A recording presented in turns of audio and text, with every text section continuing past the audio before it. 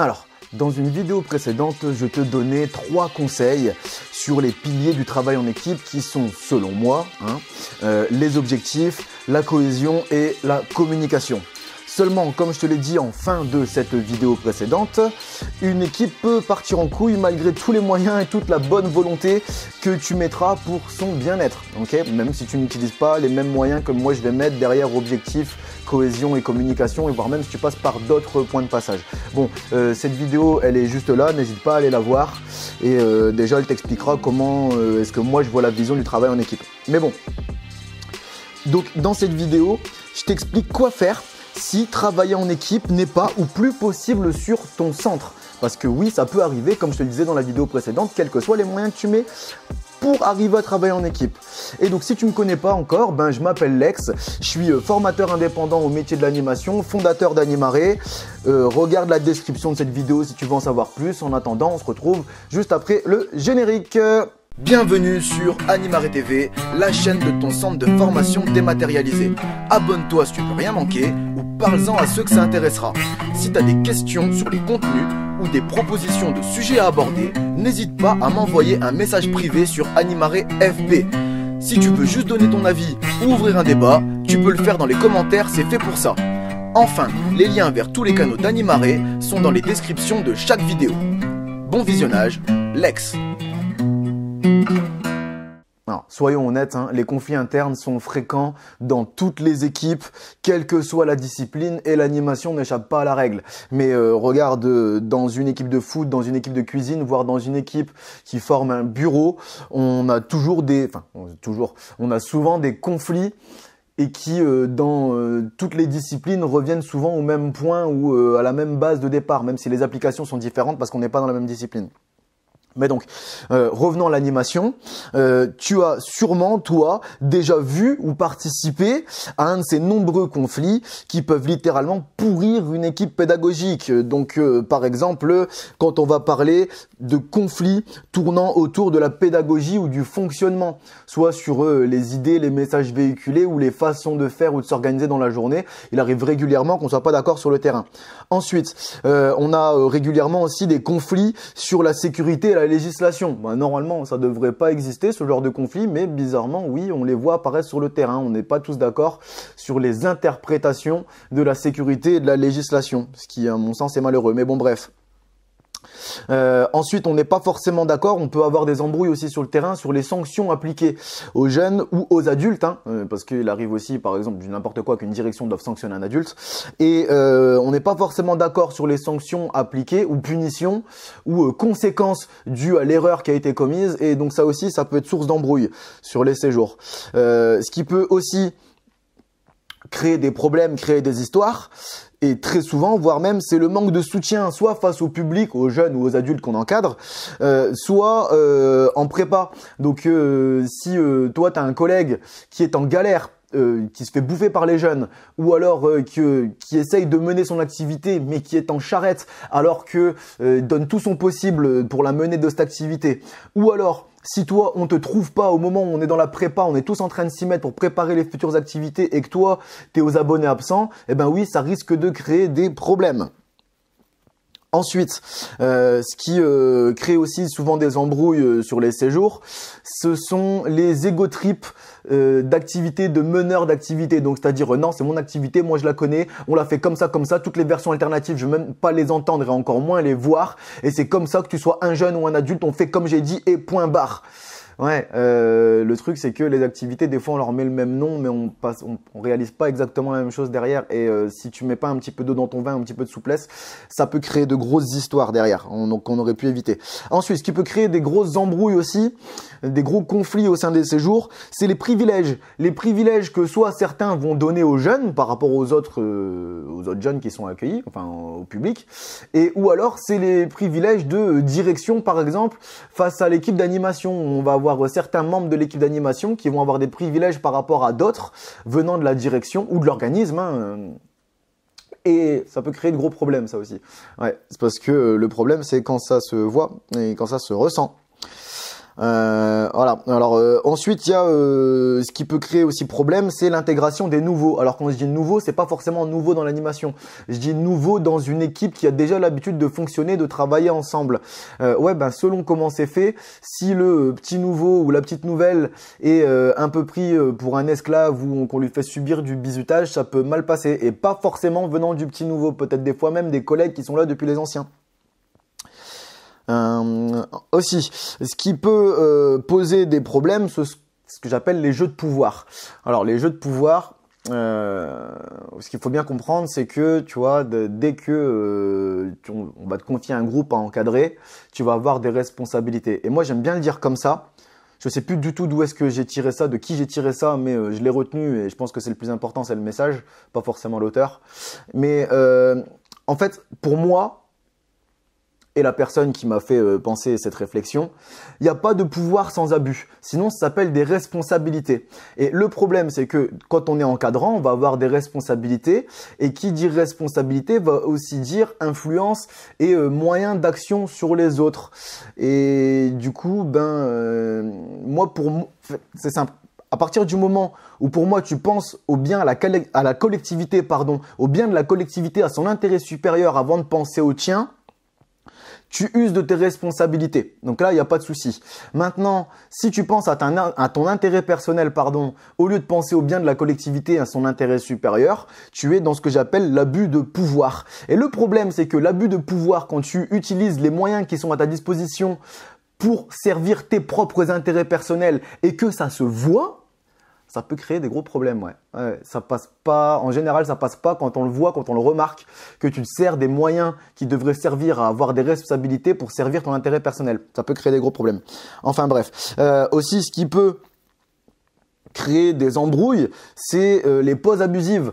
Donc les pauses abusives où les personnes qui sont en vacances au lieu d'être des encadrants. Les vacances, c'est pour les personnes, le public qu'on encadre pendant des périodes de vacances, hein. Pas pendant des périodes scolaires. Là, c'est une autre histoire encore. Mais donc si toi tu tires sur la corde sur les pauses, en gros que soit on te trouve jamais, ou alors qu'on te trouve, mais que si on te trouvait pas, c'est la même chose parce que t'es là mais t'es pas là, c'est pareil, t'es une plante verte. Ouais, ça peut causer de gros problèmes et très rapidement dans une équipe pédagogique. Pourquoi ? Tout simplement parce qu'à des moments on va avoir besoin de toi. Et donc, mais bon, tu vois, là ici je te fais une liste qui englobe, je pense, la majorité des conflits. Mais cette liste, elle est non exhaustive, hein. Il peut y avoir d'autres choses qui sont source de conflits sur ton centre et que tu as peut-être déjà vécu ou alors vu ou alors voir même auquel tu as participé ou déclenché, c'est possible. Mais en général, quand un de ces conflits éclate, le problème, c'est qu'il dégrade l'ambiance du séjour jusqu'à la fin. Et donc, la plupart du temps, les adultes ont du mal à cacher correctement leurs désaccords aux jeunes qui finissent en dernier lieu par sentir ou subir les conséquences de ces conflits, soit dans la qualité du séjour, voire même jusque leur sécurité. Moi, je me souviens d'un exemple, j'étais à Saint-Jean-de-Sixte, donc près du Grand Bornand, la Clusaz, une année, donc en 2016, à la montagne au ski avec des 6-8 ans. Et en fait, si tu veux, dans mon équipe, donc parmi mes animateurs, j'avais, donc j'ai directeur sur le séjour, j'avais donc j'avais toute l'équipe en fait qui passait, donc ils étaient 5 et ils passaient leur temps à s'embrouiller entre eux pour des histoires de gamins, vraiment de la gaminerie, de l'immaturité, mais juste rien d'autre. Et ils s'embrouillaient tellement entre eux que les conséquences, je te la fais la version très courte, hein, mais que les conséquences se sont aussi bien ressenties pour la qualité du séjour des jeunes que pour leur sécurité. Dis-toi bien que ce séjour-là, il y a eu 3 soirs sur une semaine, il y a eu 3 soirs sur une semaine où il n'y a pas eu de veillée. Tu te rends compte ou pas, pour des 6-8 ans, 3 soirs sans veillée, parce que les animes passent leur temps à s'embrouiller toute la journée. Et donc on prend du retard et donc on arrive à la soirée et il faut tout rattraper, c'est le bordel et enfin voilà. Et donc ça c'était pour la qualité de leur séjour. Et aussi pour leur sécurité, toujours la même histoire, tellement en train de se prendre la tête qu'au moment d'aller faire une bataille de boules de neige dehors, bon, possible, hein. Alors sachant qu'on a de la neige jusqu'aux genoux, hein, les adultes, les 6-8 c'est jusque la hanche, hein, qu'ils ont de la neige, au moins au milieu de la cuisse, et donc ils s'étaient tellement pris la tête entre eux qu'ils n'avaient pas pensé à équiper les gamins correctement avant de sortir faire une bataille de boules de neige, sachant qu'on est à la montagne au ski.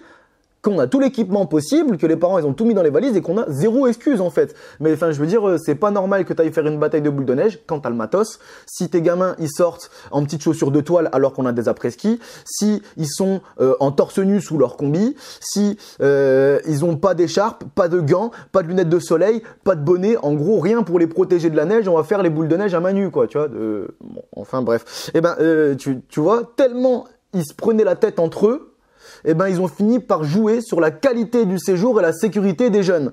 Bon, bien sûr, je t'ai fait la version très courte de l'histoire et tu te doutes bien que j'ai pas laissé passer ça et que j'ai tout fait pour rattraper le séjour pour le bien-être des jeunes. Mais bon, voilà, tu vois, c'est ce que ça peut donner, les embrouilles d'adultes, les conséquences sur le public que tu peux avoir. Et ce que je veux dire aussi, c'est que voilà, donc là, je te donnais des exemples, je te donnais un exemple d'une équipe qui s'embrouille, mais le truc aussi, moi, ça m'est déjà arrivé, par exemple, dans le pire des cas, il est même possible que toi, tu te retrouves seul face à une équipe pédagogique au complet suite à un conflit ouvert ou non, parce que des fois on est en conflit avec les gens mais sans leur avoir dit pourquoi, on se fait la gueule mais je t'ai pas dit les choses et après on s'étonne que ça se résolve pas. Mais bon. Ouais, mais voilà, dans le pire du pire des cas, quand il y a conflit, tu peux te retrouver toi seul. Tout seul dans une équipe. Et alors peut-être que toi, tu n'as rien à voir au conflit à la base, que tu es une victime collatérale du conflit.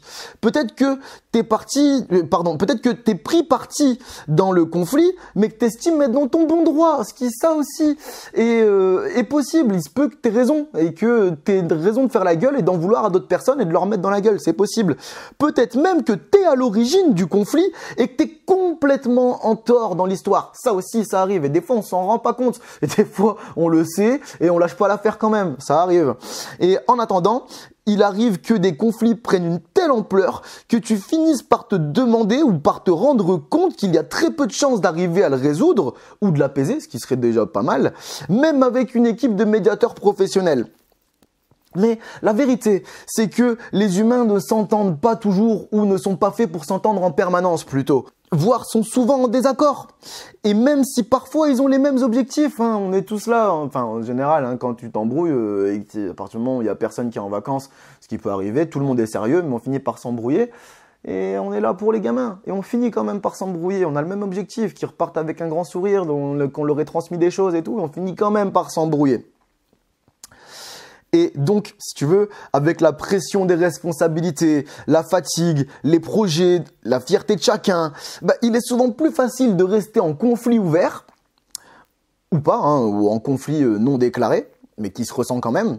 Donc c'est souvent plus facile de rester en conflit que de faire l'effort, de faire un pas vers l'autre et donc faire des concessions. Parce que oui, on peut rarement résoudre un conflit sans lâcher un petit peu de bout de gras, tu vois, de mettre de l'eau dans son vin, de prendre un peu de tolérance, c'est super rare. Et donc, pardon, excuse-moi, j'ai failli m'étouffer, pardon. Mais en plus de ça, il faut que les deux camps aient l'envie, donc en plus de ça, je te disais, en général, c'est plus simple de rester sur ses positions que de faire l'effort d'aller vers l'autre. Mais en plus de ça, il faut que les deux camps aient l'envie de chercher un terrain d'entente pour espérer revoir une équipe soudée après le conflit. Et donc ouais, il faut que les deux camps aient l'envie. Et en plus de ça, même si les deux camps ont envie, s'il y a réconciliation, c'est rarement le fruit du hasard. En général, c'est que quelqu'un a sorti une méthode ou une technique pour résoudre ou tenter de résoudre le conflit. Et donc, une équipe... Oh là là là, j'ai du mal à parler, je suis fatigué en ce moment, désolé. Et donc, une équipe qui pète, c'est souvent la fin ou la mort d'une équipe. C'est rare qu'une équipe qui a pété arrive à se ressouder, à se remettre à travailler main dans la main en faisant semblant de rien. C'est super rare. Maintenant, si tu te retrouves dans une équipe désunie, ou voire détruite par un conflit, voire même que tu te retrouves seul au sein de ton équipe, il te reste deux solutions au cas où ton équipe ne se ressoude pas. Je te l'ai dit, hein, c'est rarement le fruit du hasard si une équipe se ressoude. La première solution, c'est quitter le séjour.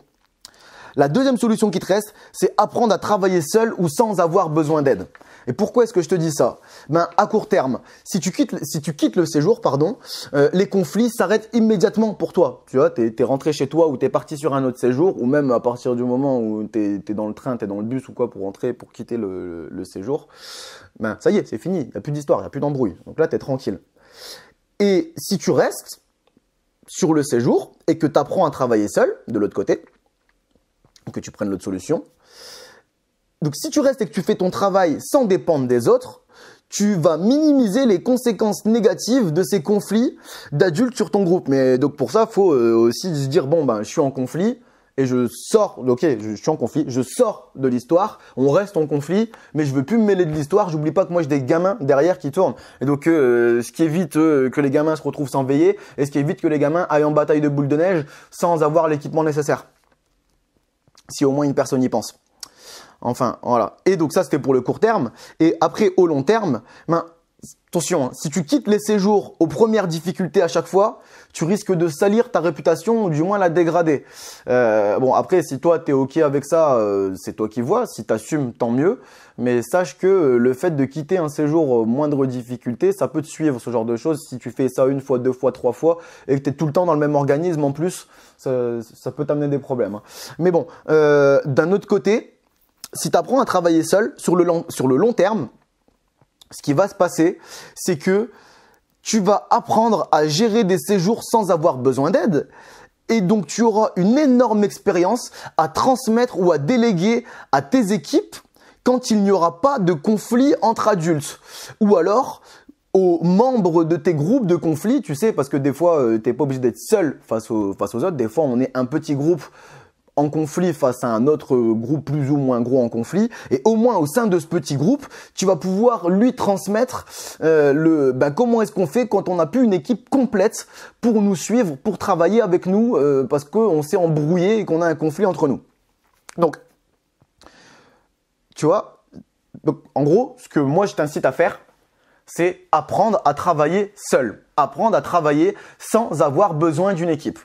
Donc bien sûr, l'autre solution, hein, c'est quitte le séjour si tu le sens mal. Si tu le sens pas, que tu le vis pas bien et tout, quitte le séjour. Bon, moi je pense qu'il vaut mieux quitter un séjour plutôt que de se forcer à rester, et finir par péter un câble et que ce soit toi, tes collègues ou ton public qui finissent par en subir les conséquences. Mais bon, faut bien y réfléchir quand même avant. Mais donc, l'autre solution alternative, je te dis, c'est d'apprendre à travailler seul. Et travailler seul, ça fonctionne. Parce que, tu sais, quand tu vas passer le BAFA ou dans l'animation en général, on dit oui, non, il faut travailler en équipe et tout. C'est vrai, je suis tout à fait d'accord. Je nie pas le fait que travailler en équipe, c'est peut-être la meilleure des choses à faire pour ton public. Maintenant, on oublie souvent de te parler du côté, ouais, mais si ça foire. Tu vois ? Ben, moi, je le fais. Et si ça foire, je te donne même une solution. La solution, pour moi, c'est d'apprendre à travailler seul. Et ça fonctionne. Donc, la preuve que ça fonctionne, d'apprendre à travailler à solo, la preuve que ça fonctionne de travailler en solo, c'est que si ça se trouve, toi, il t'arrive déjà peut-être de devoir gérer un groupe seul à la journée. Donc, c'est la preuve donc que c'est déjà possible avec un groupe soit de 8 ou de 12 jeunes maximum selon qu'ils ont plus ou moins de 6 ans. Mais ça arrive régulièrement ou même sans compter sur la journée complète, mais on va dire sur la demi-journée, sur l'après-midi, sur la soirée, sur le temps du repas de ce midi, sur 3 jours où tu es tout seul avec un groupe, que tu sois sur un séjour avec hébergement ou pas. Ça arrive déjà.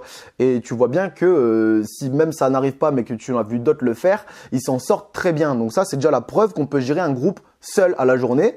Et puis, tu sais aussi, ce qu'il faut bien comprendre, c'est que dans la législation des accueils collectifs de mineurs, il y a les taux d'encadrement à respecter, certes, mais dans l'enceinte de ton accueil collectif de mineurs, donc dans l'enceinte de ton centre, il se peut que tu te retrouves par la force des choses seul avec tous les jeunes de ton centre, tous les jeunes de ta structure, à condition qu'il y ait dans cette même structure, dans l'enceinte du site, le nombre d'encadrants nécessaires pour respecter les taux d'encadrement. Donc ce qui veut dire que tu peux par exemple te retrouver toi tout seul avec 40 voire 80 gamins dans la cour ou dans une salle et que tous les autres adultes soient occupés ailleurs.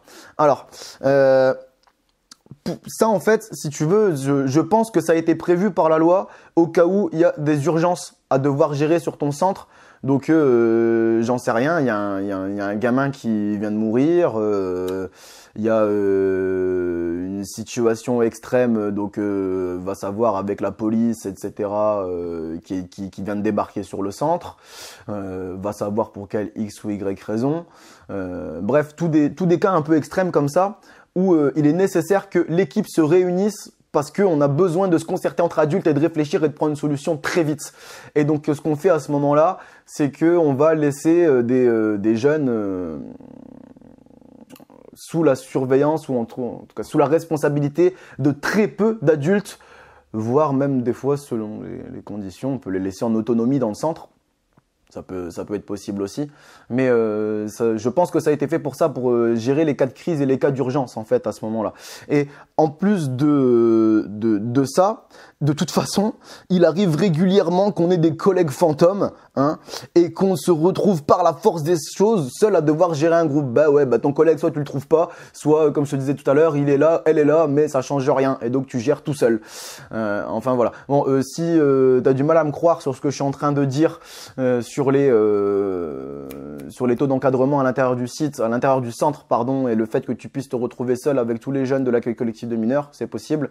Je mettrai dans la description peut-être même à l'écran, je sais pas encore là, les liens vers les articles de loi qui permettent, qui m'ont permis de dire ce que je viens de te dire.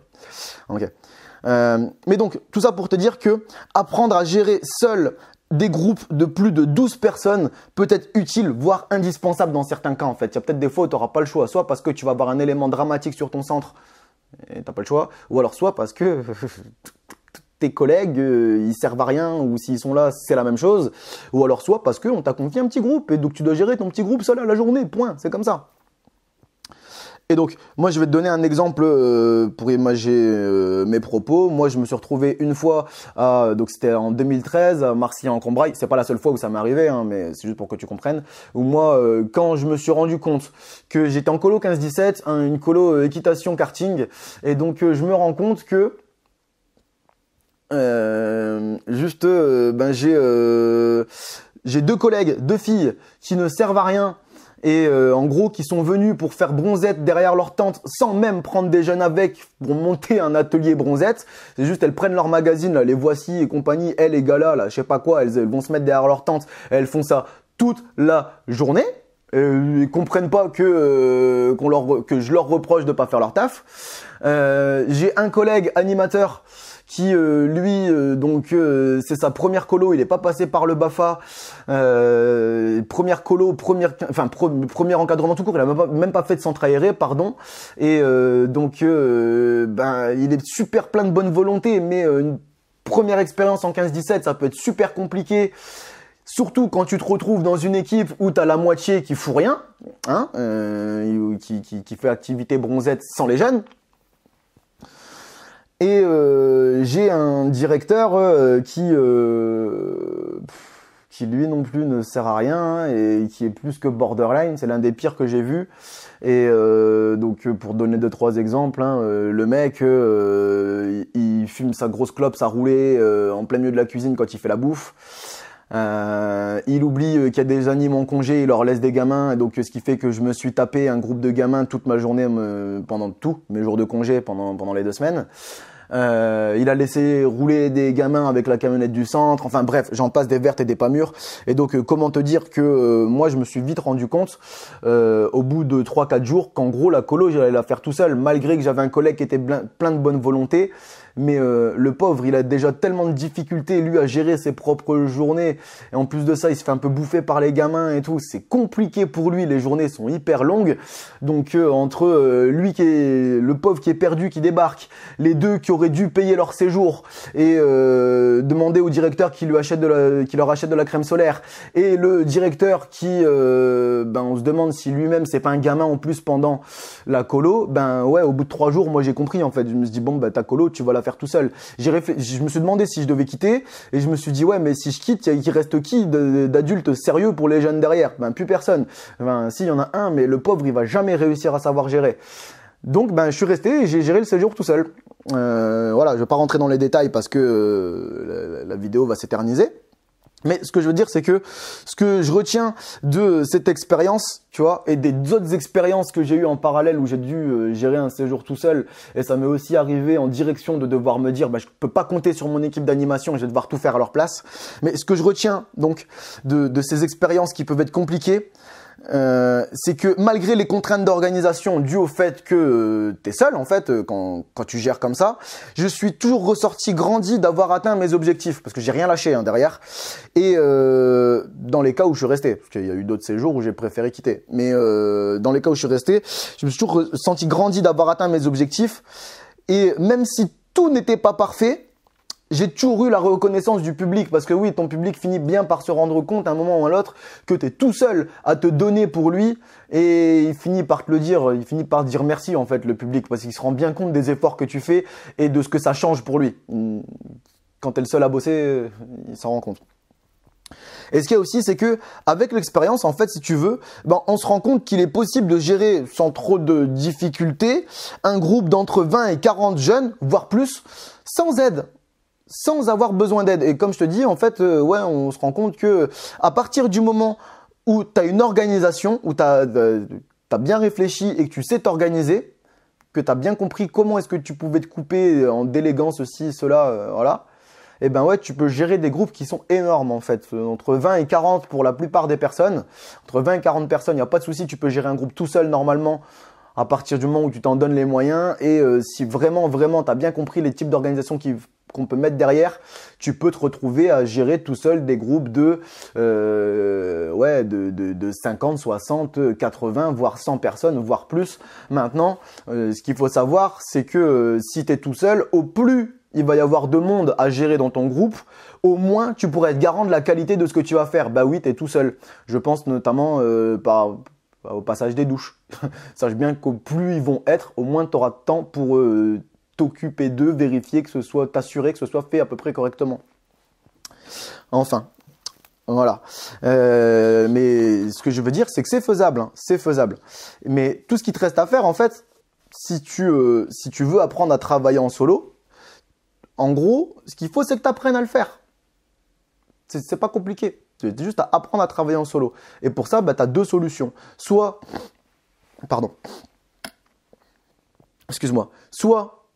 tu te lances et tu le fais toi-même. Donc, c'est-à-dire, ça y est, tu es sur un séjour, c'est la galère, les conflits ont explosé, tu as bien compris qu'on ne pourrait pas revenir dessus. Ok, c'est parti, tu te lances, tu travailles tout seul, tu trouves une organisation pour gérer tes activités, ta vie quotidienne et ta vie collective sans dépendre de quelqu'un d'autre.